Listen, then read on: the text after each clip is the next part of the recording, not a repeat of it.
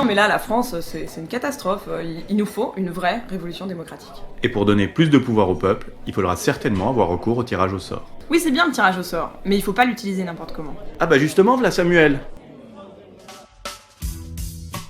Bah oui, le tirage au sort, ça a été utilisé historiquement de plein de manières différentes, et pas toujours de façon démocratique.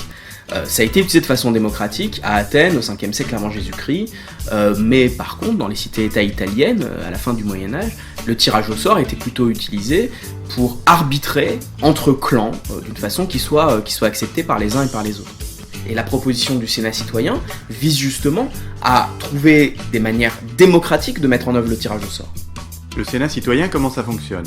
C'est simple, on remplace l'actuel Sénat qui ne sert pas à grand chose par un Sénat citoyen dont les membres sont issus d'un tirage au sort sur les listes électorales et on lui donne un rôle central dans les institutions politiques.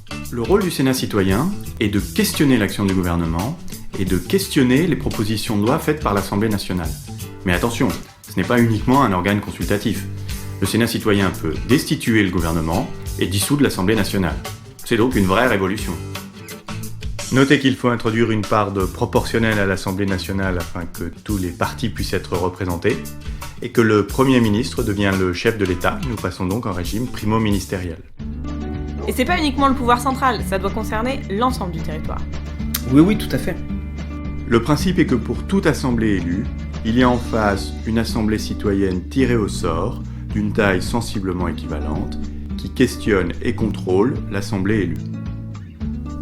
Donc il n'y a pas que le Sénat citoyen, il y a aussi une représentation du peuple au niveau des assemblées régionales, au niveau des assemblées départementales, mais également des villes et des intercommunalités.